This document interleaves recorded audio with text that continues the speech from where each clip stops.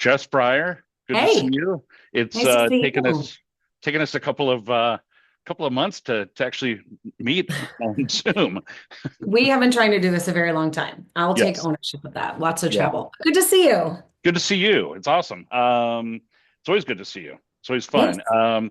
I will say that I posted that picture of you and Alan Kaplan on, at the Sandler, no, at the Ugly Sweater Hmm. party. And it's been viewed and passed on or liked and clicked and stuff like that. So I'm not for sure if it's you or Kaplan, but I think it's Kaplan obviously, on a chair. That's really getting the rotation there. Such right. a great guy. All right. So you and I had talked a while back ago, and you were listening to a podcast, Yes. and it was about fishing. And Yes. I just kind of opened the floor on that one because obviously I know about it. Everybody would talk about it, but you have some thoughts around it. I'd love to hear about that. Yeah, I mean, phishing is definitely the most common attack vector within the business ecosystem. I think about 30% of SMB businesses actually view that as their biggest risk. Arguably, I would think that it's higher than that. But it is a very, very fruitful way to hack an organization. And so I always tell our customers, if you have money, so if you do business for money and you have employees, you are at risk. The reason why these phishing attacks have become so successful is now you have these nation state threat actors utilizing AI to actually craft messages that actually sound like the person that they're trying to imitate. And I actually listened to the podcast today. It's Cybersecurity Today with Jim Lowe. He's based out of Canada, and they went through all of the biggest attacks. Granted, this is Canada because it is a Canadian podcast in 2024, and phishing was the number two largest profit center for hackers. Wow. Wow. Yeah. Yeah. And again, those are Canadian stats, but I don't think that's not a universal. You can apply that you Yeah, can apply that stat to the United States or Europe or without a anywhere doubt. else. Yeah, for sure. It's everywhere. And Yep. I think, kind of a side question on that, and we just got done talking about it was, the reluctance for people, small businesses to buy cyber liability insurance. And, maybe your thoughts around that a little bit. Because again, you're hearing exactly what I'm hearing, which is they're probably more at risk than they're 100% more at risk than they give themselves credit for. So I think the challenge with the SMB space in general, and the reason why they're probably not seeing the value of a cyber security policy, obviously they need a policy, but I'd also argue they need someone, like the Agile Blues in the world to protect them as well. And we can get to that is only 3% of SMB businesses actually report if they've been breached because they legally don't have to. They're not publicly traded. They don't have shareholders that they have to answer to, which causes a false sense of, we're not desirable for hackers, leaving a lot of SMB folks exposed, but they don't know because their peers aren't sharing it. And I actually just spoke in Dallas last week about this statistic. Most hackers actually attack the SMB space. Over 40% of attacks target the SMB space. It continues to be a gold mine for hackers because think about an SMB business. They're not an enterprise. They're not making multi-million dollars a year. They're really doing a lot on a shoestring budget. And so they don't really have the financial means per se to have a really, really robust security solution. And so it's an easy in for hackers. They're fighting an unfair battle. Yeah, But I think it's just lack of exposure to what is going on. yeah, and you and I shared this stat with a million times, but the stat is, 60% of the small businesses that have a breach go out of business within 6 months because, like you said, financially they just get crushed, right? Yes. You see Ticketmaster gets breached, and they can absorb, a financial loss around that. They first off, they probably have some kind of policy for it, Hmm. but I mean, you're talking about third party liability and all this exposure, and even maybe even PCI compliance that they've failed to achieve, I guess. And yeah, it's interesting, and I'm curious about that. A follow-up question is, when you're talking to partners, are partners talking to their customers about cyber liability insurance? Partners are. Absolutely. But I don't think businesses are talking about it. They need a consultant to help them walk that through that process. But oftentimes when a partner does say, "Hey, what's your cybersecurity policy look like?" We partner with a lot of folks because, as you know, coming, from this industry, in order to even be insurable, to even have a policy, you need to partner with a cybersecurity company, whether it's Agile Blue or whoever it may be. You need someone to not only get the policy, but also lower your premium. And so our partners are having that conversations with them and kind of opening up their eyes to, oh my gosh, we need this. Yeah, and I mean it is, and I'm glad to hear that because again, obviously I've been preaching from the treetops about this for the last 6 or 8 months. So, speaking of Agile Blue, if you don't mind, I'd love to hear. I don't want this to be a commercial, but I'd love to hear more. Give me, I guess, a great question is, give me your elevator pitch for Agile Sure. Blue, if you don't mind. Yeah, for sure. If I were to meet you in an elevator, I'd say that Agile Blue is a SecOps provider that continuously detects, investigates, and autonomously responds to threats within a business's environment. So we'll look at a business's endpoint, network, and cloud and stop cybersecurity attacks and breaches faster than some kind of the traditional SOAR technologies that are out there. And I can get into it if you wanted to, but faster than businesses trying to utilize these tools internally. So the long-winded is we stop cyber attacks. And the reason why we're so good at it is because we leverage AI, which a lot of our competitors are not. So you need AI to fight AI, and all of these threat actors are leveraging AI to attack these small businesses. Yeah, So I we mean that stop was security Yeah, attacks. that was going to be my question is, I mean, obviously AI, for the good, Mhm. but that means that somebody has decided, wait a minute, I can use this as, to really just kind of even create a more robust, um, actionable item to try to find vulnerabilities, basically. Yes. So what I mentioned before that phishing was the number one or number two in Canada, granted, profit center, business or email compromise was the number one. And the reason why they were able to do that is all of these hackers are leveraging AI and social engineering and pulling data from your social media, real-time data to send you an email. And you're like, oh my gosh, that did happen, 20 minutes ago. I just posted it. I mean, it is so intellectual. And so I always, so our UCAS folks, that are listening, it's almost like a dialer. You just dial, dial, dial, dial, dial. Well, now these hackers are just pressing a button and they're just using AI to attack, attack, attack, attack, attack. We've got one on the line. This one hit this link. It is an unfair advantage. And so there's good AI and bad AI. And I always say you need AI to fight AI. But for your customers that have your policies, if they're not leveraging a vendor that's utilizing AI, whether it be me or whomever it may be, they're winning a losing or they're fighting a losing battle because statistically, an organization can have 100 SOC analysts, brightest people in the world, and they will only be able to get to 10% of the logs. 90% of the logs are within human reach because you're going up against a machine. It's not fair. So, Jess, you talked about, email compromise. We talked about phishing. Tell me the difference between the two of them because I think I understand, but maybe not clear enough. Sure. So, business email compromise is when a hacker uses social engineering to get access to your email.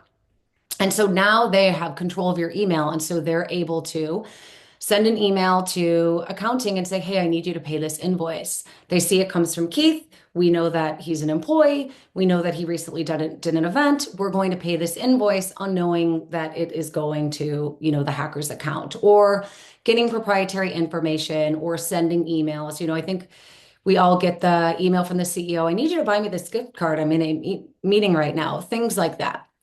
Phishing is when, and it's an email is the form or the platform that phishing is, prevalent in. It's when someone clicks a link that they get from their boss or from Amazon or from Home Depot. And now that these hackers are leveraging AI, it looks identical to an email that you would get from Home Depot. I recently got one from Xfinity, and I'm like, I actually don't have Xfinity at my house. And I click the who it's from, and it says Right. Xfinity customer service, but it was like George at like yahoo.com, right? So those are the two. To kind of throw a wrench in this, there's also smishing, which is a text message saying, click this link, you're past due, click this link, or we're going to shut off your credit card. One that I've been getting, which is really bizarre, is I'm every other day getting a schmishing text message from an eye clinic 2 hours from my house saying that I missed my eye appointment. I've never made an eye appointment with them. And now they're calling me as well. And so you have, your business email compromise, your schmishing, your calls, whatever. Now these hackers are leveraging WhatsApp, social media. They are hitting you at all fronts to build some sort of trust because there's a whole kind of theory on why people click these links. And one of it is just fatigue. You're just so sick of it. So you just respond or you text back or you click the link to be like, okay, there must be something. They've reached out to me 10 times. They just wear you down and catch you when you're tired and you click the link. So it's so interesting. I did a podcast with Sherry Voss, and I it was such a good conversation, and this was going great that I one of the companies that she's working with, it's called Zensory, and a lot of it is about fatigue. And Mhm. and again, if you think about fatigue from the standpoint of like if you work for Amazon in the warehouse and you're up on a ladder and you're fatigued, you Oof. make a wrong step, right? It could hurt only not only yourself, could hurt somebody else around you. But then when you start to think about this now, especially like we talk about AI, we talk about, just, working 16-hour days because, you're trying to get ahead in life, you're behind during the Christmas hours, whatever. And this Mhm. fatigue comes in. Well, the sensory is interesting because that's what they're looking at. They're looking at how to solve fatigue, how to be more safe, whether it be an electronic click or whether it be you're on a ladder at the Amazon warehouse. So Yeah. I find that super interesting that we Yeah. kind of go down that path Mhm. because it really adds credence to the conversation for sure. Yes, that podcast I mentioned before, they're doing a whole study on it. It's been about a year's worth of data, and they're still, finding more information, but it often is one, they build a trust with you, or two, right place, right time, you're tired and you click a link and you don't need to. Yeah. I think first off, I'd love to hear more about that. And I think, again, Sherry and the I can't think of her name from Zensory would love to hear Mhm. more about that, I'm sure, because Yes. I just find it super fascinating. These worlds are coming together. I mean, if you think about, you probably don't remember the 80s. I remember the 80s when it was all go, go, go. And then I think we kind of got into an era where we decided that we had to have, time off and work from home and kind of work life balance became an issue. And it seems like as of late, I don't know, maybe it's just me. It seems like kind of things the volume's been turned up quite a bit. Yes. And it seems like we're going a lot harder. And so these are things that I think is interesting for protecting a company. That's most of what phishing is. It's ransomware. Um, or, I mean, the thing with ransomware, it's really interesting, is one of our partners is part of a four-person congressional church, and they got hit for $10,000 worth of ransomware, a church with Yeah. not a lot of people. But this goes back to my statement before. If you have employees and you collect money for your business, you are a threat. One thing that I found really fascinating is I've read this book, Future Crimes, and this book talks about how every day overseas, hundreds of thousands of employees go to work, they punch their card, they sit at their desk, and their job is to exclusively hack American companies. So if you're listening to this and you do not think you are a threat, there are 500,000 people out there just hoping that you make a mistake. And it's bound to happen. And if not you, if you have employees, you are at risk. Yeah. Right. I talked to somebody a few weeks ago about dark web monitoring. Yes. And again, find it fascinating. I've never even heard of this before. I shouldn't say that I've heard of it, but never really kind of thought about it. Kind of hear it as almost like an acronym these days. And Mhm. so, if you don't mind, tell me, your thoughts around dark web monitoring because it seems to be the most proactive approach to, avoiding a breach. It is definitely proactive, but you need to have a few pieces. of the puzzle because it is an unfair advantage. So dark web monitoring is when ethical hackers kind of comb the dark web to see if your company is getting positioned to a breach. So Chase was actually able to stop an attack because they saw in some of the dark web chats that that some hacker created a Chase email template and they were going to send it to all of the Chase customers and say, oh, there's something wrong with your username and password, your account's going to get frozen. And it looked really, really good. And that's how they were able to stop it. It is it's very expensive to run dark web monitoring. We can do it, but you need to be in with all the hackers. And so if you and I were to go in and I wouldn't even know how to get into the dark web, but I'm sure Chat GPT would tell me how to do it. Sure. We can just go into the dark web and say, hey, I want to do this. Like you have to earn street credit and a reputation, and it takes years to build up with your username to kind of be in because now the hackers are in the know that people are going in to spy and snoop on them and see what they're doing. But it's really, really fascinating. It's a whole entirely different world. Yeah, it is interesting because if you think about it, gang initiation, right? I mean, if you truly think about the a physical gang, and initiation, whatever that form may take, I mean, that's a thing, right? And that was a thing way back when, and it's a thing Hmm. now. And for you to tell me that you kind of have to have street cred, quote unquote, You do. to kind of have any kind of chance of truly infiltrating the dark web, that's fascinating. You need street cred for that, but what you don't need street credit for, which is really scary, is you and I can sign up and pay $20 and get a scanner and scan people's credit cards from their back pockets. Or I can go to the dark web and say, I want some social security numbers. Give me some social security numbers. And they go for about 5 cents a piece. So it is like no man's land out there. So again, kind of maybe going back to these SMBs that don't think they're looking at it. What kind of business loss could you have if you're not at Mhm. compliance and or your vendors see you as a threat? That's exactly uh, that. That's exactly what's happening in the real world. So oftentimes our customers will come to us and say, we have to have this compliancy to adhere to this. We need to have this because of X.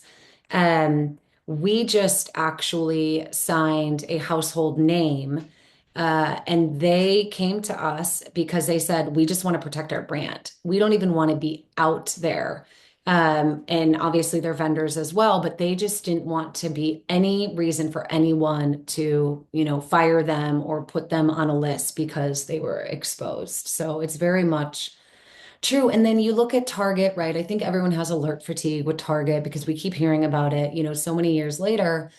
But that was their HVAC person. I mean, think about it. So maybe I should change my talk track to if you have money and employees, it should also be like if you have contractors, if you Right, have customers. right. Yeah, it's I mean, really again, just scary any vulnerability somebody can find, they'll find it, right? without a doubt. And You know, maybe that's an interesting thing about the is AI is that that's exactly right. They're just literally, you said it's not just some guy typing on a computer. It's boom. I've set the parameters, the gateway for what I'm mhm. looking for. AI, go do it a million times a second kind of thing and find A something. million times a second. So it's really interesting about, we're talking kind of about bad AI in that aspect. I was listening to another podcast. I walk my dogs a lot and listen to podcasts, so I'm kind of a nerd in regards to it, but I love it. I love learning things. I can't recall if it was Google or Microsoft, and I could be completely inaccurate with those two companies, but now for the first time ever, ethical hackers have been able to leverage AI to stop bad AI hacks, if that makes sense. So now good AI is able to go out there into the dark web and see, oh, here's a vulnerability that's exposed that someone is trying to have an attack on it, and it was able to catch it and shut it down. First time in history, and I think it was just a few months ago that they did that. So it's just machine against machine. But I really strongly believe that AI is great, of course, but you still need humans because, there are hallucination rates within AI.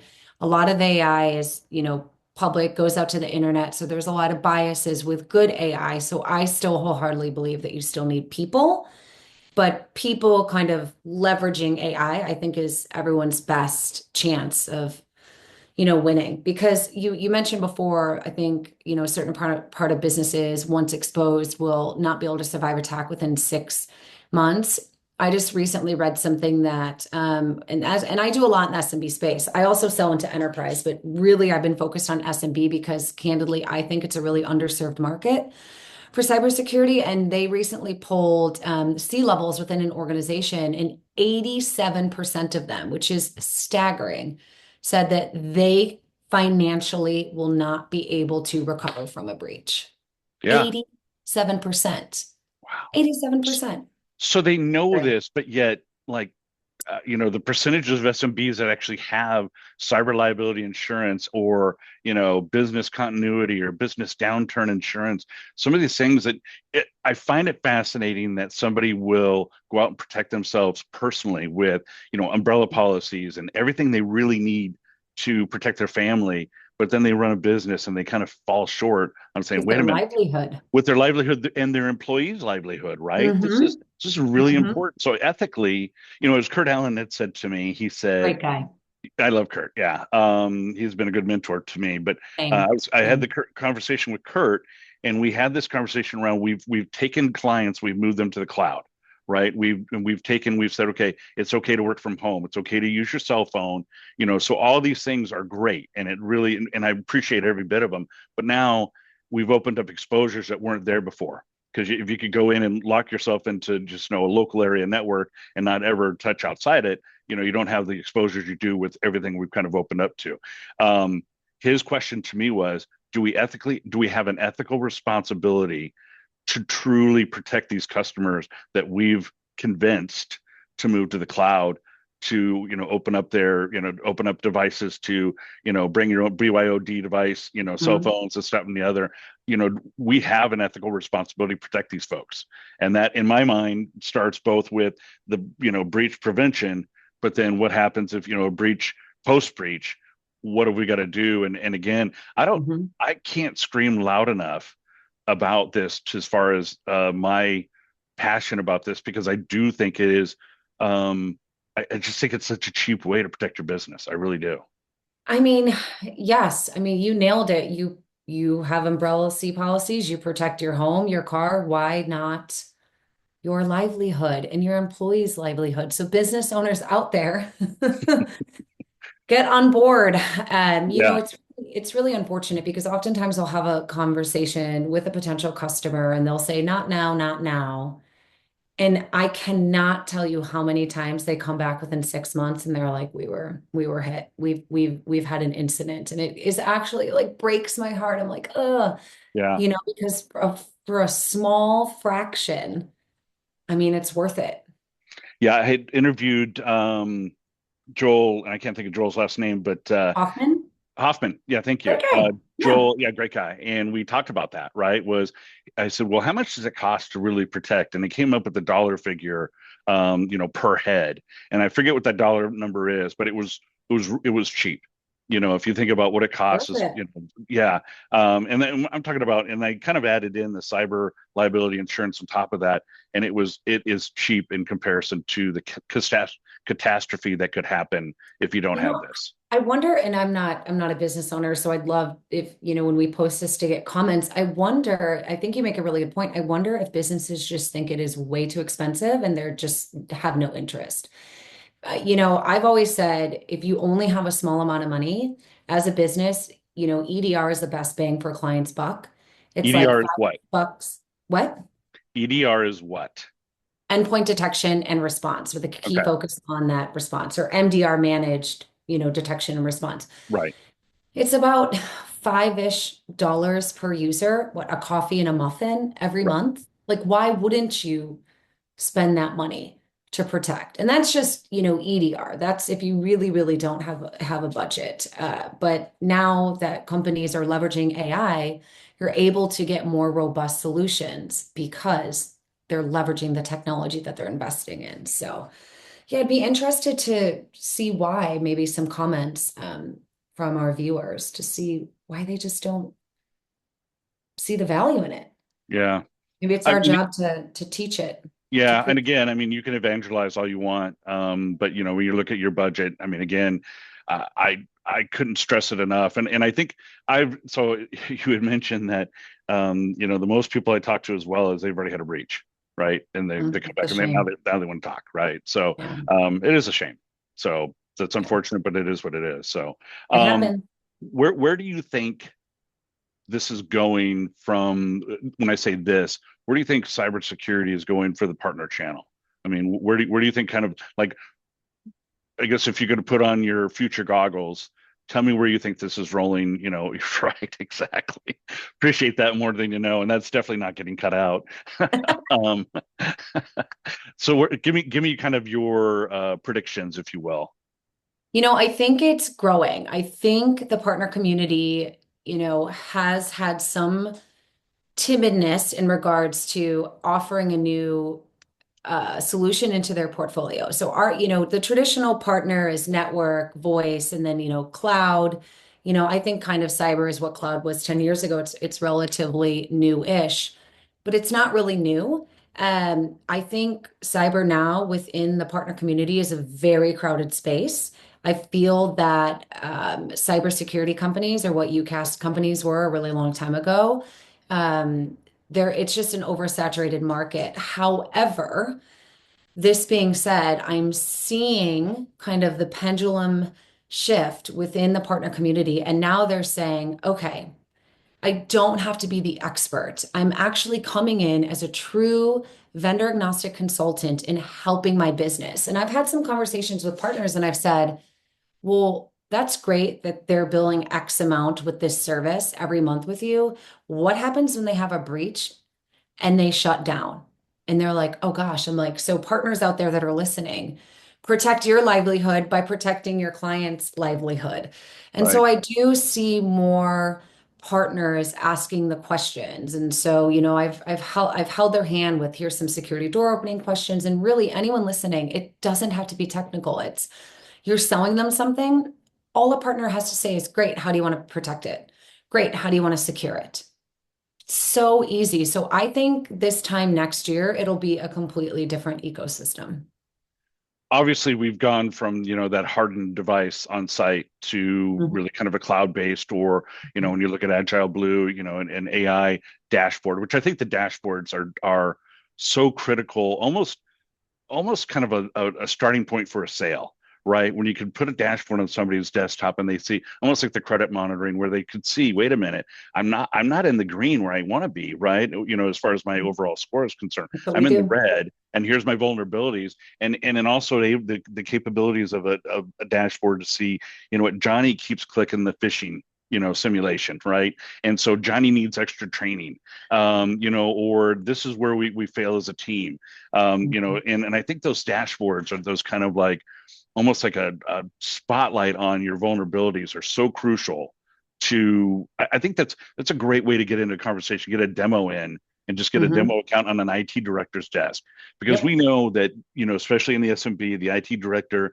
is overwhelmed with password resets, whatever ailment is popping up that's, stopping their computer working the way they want it to. So they're probably not forward looking enough. So, And to your point, they're also bogged down because they're patching. right. Engineers don't want to patch. It's very, very lengthy and often doesn't have a great success rate.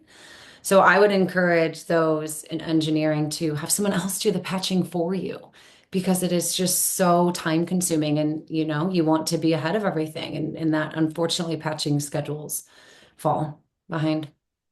So and again, I think this is a fair statement, but push back if you like. The subscription based managed service provider, managed security service provider, um, is a model I think is absolutely perfect, right? We saw Mhm. going from, again, way back in the Wayback Machine, going down and buying a disk for Microsoft and putting it in your computer and uploading I, it I to, was hey, I I'm was gonna. alive then. Yeah, I know you were, but you couldn't tell me what the Wayback Machine is. I guarantee you that. But anyway, kind of moving from that to a subscription based 365. I didn't think Mhm. we'd ever see it. In my mind, it didn't make sense, but it makes 100% sense, right? Yes. You've got automatic patching, you've got your updates that happen. Yes. You get your cell phone, and if you're not updating your cell phone, you're vulnerable, right? So everybody's learned that, and they're updating automatically. I think the MSP model, the MSSP model as a subscription, and I always say risk management as a subscription is going to be a thing, and that includes the MSP as well. Mhm. But I think I see that path coming, and I think it's a great way for us SMB to get in the space, even if they're not doing the platinum program, to at least thwart a good percentage of the bad actors or the threat actors, if you will. Yes, you need a subscription-based service. I mean, those that are doing it on their own, that's great. It might be a budget constraint, I understand. But there are providers out there that are actually more affordable, will secure and protect you even more for that subscription base. And because they're leveraging, well, we're leveraging AI, but everything is digitalized. So if you pay all this money for a tool, I hate to break it to you, but next quarter it's obsolete. So unless you can keep up um, doing it internally, one, it doesn't make financial sense to pay very expensive engineers to do very mundane tasks that you can put off your plate. The C-suite is where this is happening. Like you said, the CFO, the CIO, Mhm. especially for cyber liability insurance, but also for really kind of the long-term budget for the company and the direction and selling the worth of this to the CEO, right? Why are we going to spend money on this? So maybe just some thoughts around that.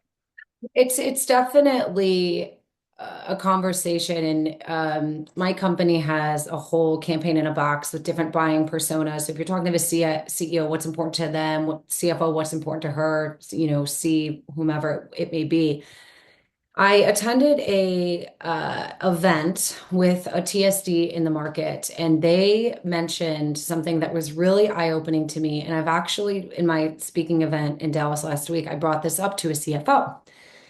A CFO doesn't want to be imprisoned. They want to do everything humanly possible to not go to jail. And that is why a lot of CIOs now are reporting to CFOs.